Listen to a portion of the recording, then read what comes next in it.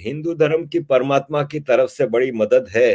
तो एक चीज हमारे दर्शकों को बताइए, आपका इस पे काफी रिसर्च है, कि एक इंका सिविलाइजेशन होती थी, एक माया सिविलाइजेशन होती थी, इजिप्शियन सिविलाइजेशन होती थी, ग्रीक सिविलाइजेशन होती थी। ये पुरानी बहुत ही अजीम सिविलाइजेशन थी, लेकिन आज वो दफन है आर्कियोलॉजी साइट पे और खत्म हो चुकी हैं। लेकिन एक सिविलाइजेशन है भारतीय सिविलाइजेशन, जो 30-40 हजार साल पुरानी सिविलाइजेशन है, जो कि पुराने मंदिर निकल रहे हैं, पुरानी आर्कियोलॉजी को उसमें से यस, भगवान शिव के शिवलिंगा निकल रहे हैं। इतनी पुरानी सिविलाइजेशन तो एक हिंदू धर्म की ही बाकी है। बिल्कुल। और 100 करोड़ से ज्यादा आज भी हिंदू जिंदा हैं, बावजूद जैसे कि आपने बताया कि कब से 1400 साल से इनके ऊपर अब जो अत्याचार हो रहे हैं। तो सर जरा इस सनातन धर्म की, इस हिंदुइज्म की ब्यूटी बताएं कि क्या ऐसी इसमें खासियत है कि जिससे ये सरवाइव कर सका और फ्लरिश कर रहा है।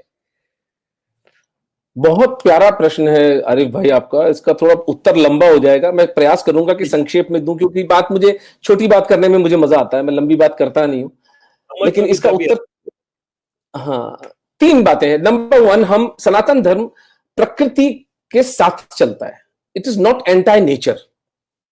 यानी हम पत्थर को, पेड़ को, नदी को, जिस क्षण हमने गंगा मां कह दिया, उस क्षण हम प्रकृति से एक रूप हो गए। हम प्रकृति को वहीं उसके साथ एंटागनिस्टिक रिलेशनशिप ना होकर एक सिनर्जिस्टिक रिलेशनशिप में आ जाते हैं। तो वो एक पहलू है कि हम प्रकृति के साथ बहुत आइडेंटिफाई करते हैं अपने आप को। तो प्रकृति भी हमारी रक्षा करती है, हम प्रकृति के विरुद्ध में नहीं, सनातन धर्म की बात करें तो। और ये 10-15 हजार साल से पुरानी बात है, जब से हम सनातन धर्म का जो लिखित इतिहास हमें मिलता है। दूसरी बात, हमारे धर्म में ब्राह्मणों का एक विशेष स्थान है। उसका कारण है, ब्राह्मणों ने बहुत तपस्या करके हमारे लिटरेचर को, हमारे शास्त्रों, हमारे ग्रंथों को श्रुति द्वारा, बुद्धि की मेमोरी के द्वारा बचा के रखा। यानी जब खिलजी आता है तो वो नालंदा की जो यूनिवर्सिटी है उसको जला देता है। हमारे यहाँ अनगिनत मंदिरों में जो इतिहास शिलाखंडों में लिखा गया था, चूंकि मैं आजकल एक किताब लिख रहा हूं इतिहास पर भारत के, तो वो इतिहास वो चूरा चूरा बनाकर, एक प्रसंग आता है चित्तौड़ के अंदर, महमूद मुजफ्फर शाह या गुजरात का राजा था, उस सुल्तान था, उसने तो एक मां देवी का मंदिर था, उस मूर्ति के शिलाखंड का चूरन बनाकर पान में डाल के हिंदुओं को मजबूर किया खाने के लिए। तो इतिहास का तो ये ह्रास किया, लेकिन ब्राह्मणों ने अपने दिमाग में इस चीज को जीवित रखा। इसलिए हमारे उपनिषद, हमारे वेद, हमारी गीता, हमारे पुराण जनरेशन टू जनरेशन, पीढ़ी दर पीढ़ी इस ब्राह्मण समाज के कारण बच गए। और ब्राह्मणों का बड़ा भयंकर हत्याकांड विशेषकर इस्लामी आक्रांताओं ने किया है।